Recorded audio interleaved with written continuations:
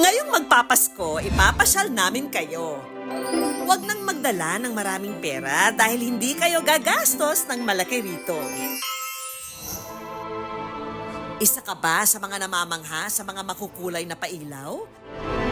Bukas na uli ang paboritong fountain show tambayan sa Santa Rosa, Laguna tuwing Kapaskuhan. Ang bago nilang pakulo, itong drone show sa ere.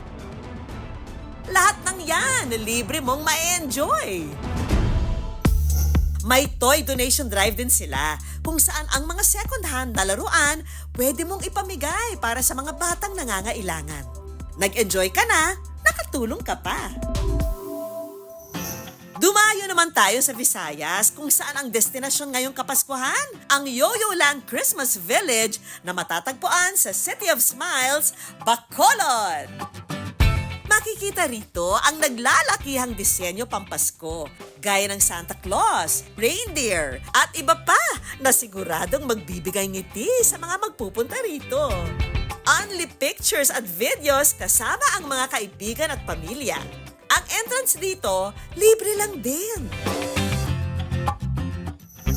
Pero kung quick escape from the city ang peg mo ngayong Pasko at worried sa budget na kakailanganin, huwag mag-alala mga kapuso dahil may lugar kung saan pwede ka raw mag-relax with the amazing view and scenery na hindi mabubutas ang bulsa mo. 4 hours away sa Manila, matatagpuan ang isang pasyalan kung saan ang bida ang amazing view ng Pantabangan Lake at Sierra Madre. Dito lang yan sa Pantabangan, Nueva Ecija. Napaka-amazing po ng place na ito. Even pala yung air, napaka-refreshing. Parang nadidetoxify yung mga negative energies na meron tayo. Ang entrance fee rito, 100 pesos lang. At pagsapit ng dilim, kasabay ring magliliwanag ang buong paligid ng Christmas display nilang may temang Candyland. Good evening po. Para sa mahihilig mag-picture-picture, aura na rito sa Instagrammable spot nilang 5,000 Roses. Masaya po. Pang-apat ko napunta dito. Lakas ng anggulo. Ganda.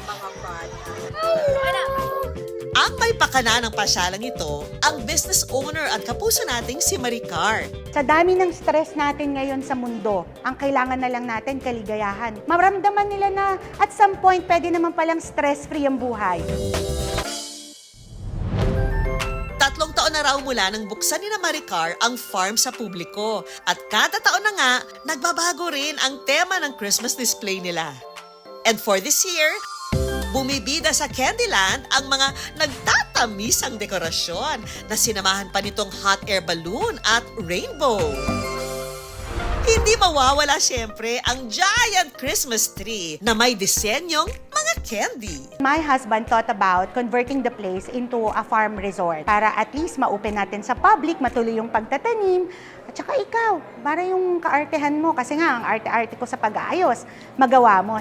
Ito na, nung napaganda namin ganito, sabi namin, this is truly a blessing sa amin. Kasi playground ko siya. Lahat ng gusto kong gawin sa bahay namin, dito ko nagawa.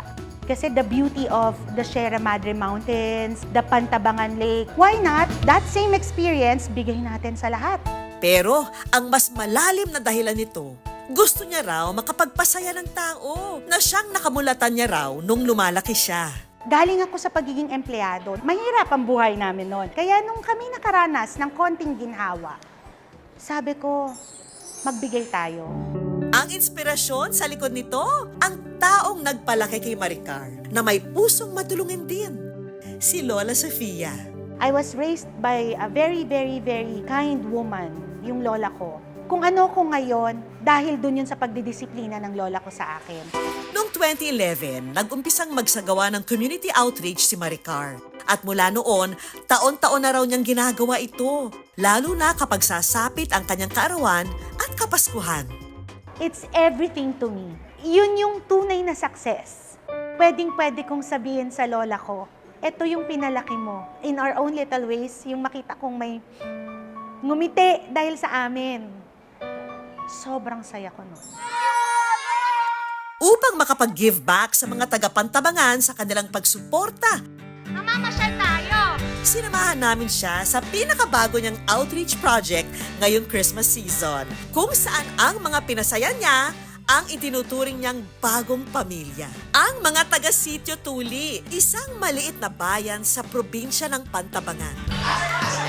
Maliban sa mga regalo, palaro at pagkain, meron pa siyang palibreng pamamasyal sa Lake Farm. Masaya po. Kung matatanawan mo yung paligid, parang matanggal ang problema sa taratarabahong araw-araw. Masaya po. Yung mga bata excited. Talagang nakikita namin yung kagandahan, tsaka pagka may problema, magandang magparelax. Mararamdaman mo talaga yung pagmamahal. Mula po pagdating namin kanina, talagang sobra po yung ano po nila sa amin. Welcome na welcome po dito, ma'am. Happiness is the key to kind people. So I just pray, Lord, if you could make everyone, lahat ng tao, makaranas ng kaligayahan, maging masayang-masaya. I know, maraming babalik sa kabutihan.